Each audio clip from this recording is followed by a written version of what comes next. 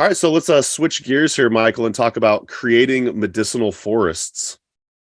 Great. Okay. Well, um, so one of my big goals in life is global ecosystem restoration, climate stabilization, and I and I know a lot about that stuff. And I teach growing medicinal herbs workshops. This is my fourth year with a three-part, spring, summer, fall series of classes on growing medicinal plants.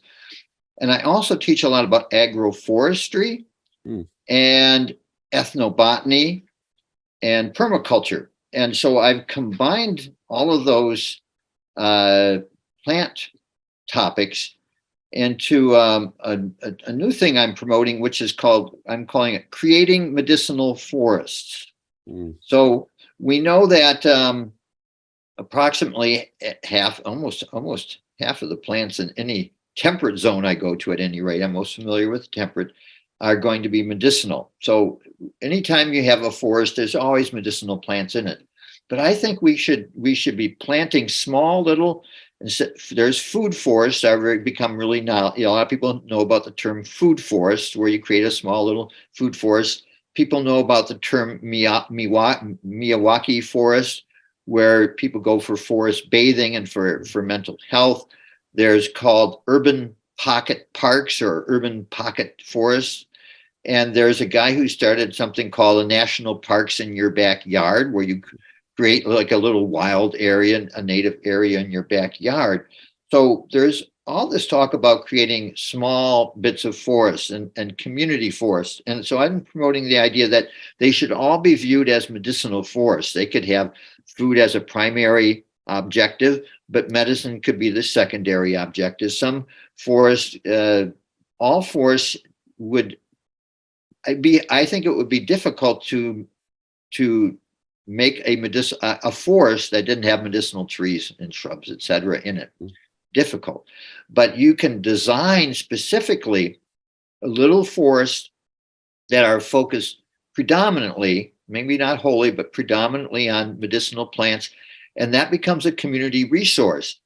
Unlike a garden, annuals and maybe short-term or even longer-term perennials, the medicine comes and goes, the gardens come and go. But if you plant a little forest and it gets going and it keeps going, there you have medicine for decades or generations to come.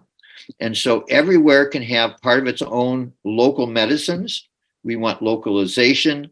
We want healthy people using herbal medicines instead of the alternatives, the technological alternatives. And so I think that creating medicinal forests is an idea whose time has come, and that a lot of people are going to want to do this around the world. And here's an example. I was on a Zoom call yesterday with the Eco Restoration Alliance, which is an international alliance of people that are doing ecosystem restoration, such as me. And there was one of the people that gave a presentation was Usman. I can't remember his last name right now, but he's from Senegal, and he works also in Mauritania and different parts of the Sahel. And so they're living. This is a very dry area, and he's describing some of the villages. He has a lot of photos of a lot of the villages that he's working with. He's working with like 100 villages now, and he had the before and after pictures. And before, we're looking at like a desolate wasteland of, there may be a few trees or not in the landscape, but it's sort of like bare dirt. There's like virtually no plants at all. And very stark conditions, hot, dry, hardly any vegetation. And now they're turning that around. They're doing reforestation. They're fixing up the soils. They're bringing life back. They're doing water retention. And so it's a very tough situation. And so during our conversation, I said, I'm promoting creating medicinal forests. So today I wrote him and I said, Usman, can I be of help in this? I said, maybe you have a panel or a group of local herbalists, local healing people that have made you a list of the most important medicinal plants culturally for your region. Mm. And you should, and you are already in process of planting these medicinal forests and medicinal gardens to bring these so that the people have medicines, because obviously they're mostly gone. And maybe I can be of some help in promoting the idea at any rate. So we'll see if I end up helping Usman, but I'd like to actually help people in other parts of the world with creating medicinal forests. And I've created I don't have one to show you right here, but I have a book called a Subtropical and Tropical Medicinal Plants Checklist. It's a checklist of subtropical and tropical medicinal plants, trees, shrubs, herbs. And I think it's around 1,500 species in there. And it's a nice little bit of research, all in Latin, some common names. And I do have one of these. This is my growing and wildcrafting medicinal plants in the Pacific Northwest. And I have a checklist of temperate zone herbal species, and I have 1,062 species on the temperate zone list. So I have these, I collect books on medicinal plants. I have hundreds of books, and I collect books on trees. And at any rate, I have a very large research library. I've been researching this for a long time. And so anybody in the world that wants to put in a medicinal forest, I can probably help them with some possible lists or resources. How can they, I'm at the surface of the medicinal trees of the world now. They're one of my bosses, and some of them are thorny, so I got to be careful and try to stick up for them. So at any rate, so I'm really wanting this idea, and so maybe some of you out there listeners, some of you listeners are going to go like, oh yeah, I'll make a medicinal forest, and it doesn't have to be big, or you could start a small one and then gradually learn, or maybe add on to it to help start other ones. But wouldn't it be nice to see a whole network of medicinal forests? You know, the United Plant Savers, who are friends of yours as well, they have a botanical sanctuary list, and you can go on their website, and there's a map of the world, I think, and there'll be little stars or whatever, and you can click on it, and it takes you to that botanical sanctuary information, so you can see where they are. Well, we should have eventually a map of medicinal gardens. I imagine there may be a map of Milwaukee gardens right now. One of the Ecosystem Restoration Alliance projects is they've made a map of the world. It's called the Big Map of Ecosystem Restoration or something like that. And they have a world map, and you can click on it, and they have hundreds and hundreds, and they're aiming for thousands and thousands of projects for ecosystem restoration around the world.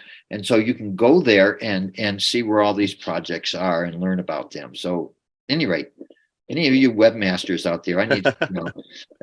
Right now, there's not many medicinal forests out there that are called that. I'm sure there are. Another thing I'll point out is that if you go and look at overhead photos of dryland Ethiopia and India, and I've been in parts of India and Nepal where most of the land's been deforested, turned into cropland or wasteland, and but there'll be areas of trees, and a lot of times those are the temples. They'll have sacred temple forests. So another type of forest is a sacred temple forest, and you can be sure that a lot of those sacred temple forest species are going to be medicinal. And so in a sense, we could say a creating medicinal sacred forest in a way also. Aren't all forests sacred, or should be considered so?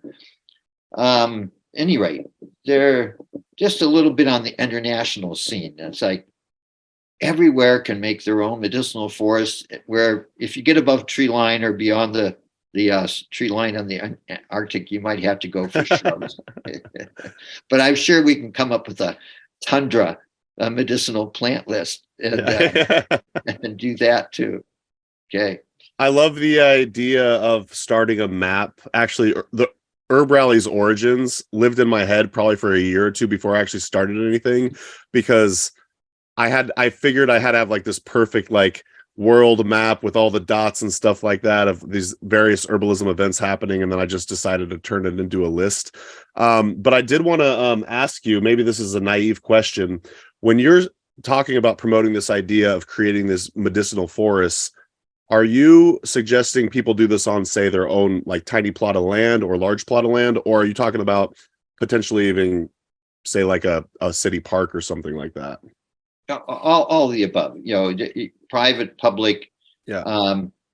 And in a sense, you could take an existing ecosystem and enrich it with more medicinal plants. And so you don't have to necessarily start from ground zero. And it would be, I bet a lot of parks would be open to the idea of just like a little medicinal grove or something as part of the park. Yeah. Of course, when you have your own private land, you can do what you want quicker and without as much bureaucracy and sure. stuff. So they both have their pluses and minuses. But all scales. I have here, when you get here to the Met How, Mason, I'll take you over to my 2-acre medicinal forest. I have a 2-acre medicinal forest that's 25 years old, and it's just, full of medicinal trees and shrubs and herbs and weeds and plants. And at any rate, we'll show you what we have going here, because I actually have one. I actually have one, a really nice one that's got some age to it, and we have some videos on it. So actually, I could tell your listeners that I have, I think, 4 YouTube channels, and one of them is called Anna Pilata. It made one of them, and her name's on it. But if you could probably just Google Friends of the Trees or Michael Pilarski on YouTube, and you'd probably be able to find your way to the different channels. There's the Global Earth Repair channel, the Anna Pilata channel, Friends of the Tree Society channel, and so people can find those. I think there may be one called the Fairy Library as well. Well, I'll do my best to find all of them and leave the links in the show notes as well. Hey everyone, this is Mason with HerbRally. Thanks so much for watching today's video. If you liked it, please give it a thumbs up, and also go ahead and subscribe. We come out with new herbal content each and every week. If you didn't know, HerbRally also lists herbalism events. We list herbalism events chronologically. We list them also by state. So you could just go ahead and search by Oregon or Wisconsin or wherever you live. You can find out what herbalism events are happening in your neck of the woods. We also list herbalism events, virtual herbal events. So if you can't make it to an in-person conference or plant walk, we list lots of virtual events as well. To find out more, you could go to herbrally.com/events or herbrally.com/virtual. But if you can help it, I would highly recommend trying to go to an herbalism conference. Those are some of the best learning experiences I've ever had, and that's where you can find different herbal teachers, and then maybe you could perhaps take their apprenticeship. But yeah, just do what you can.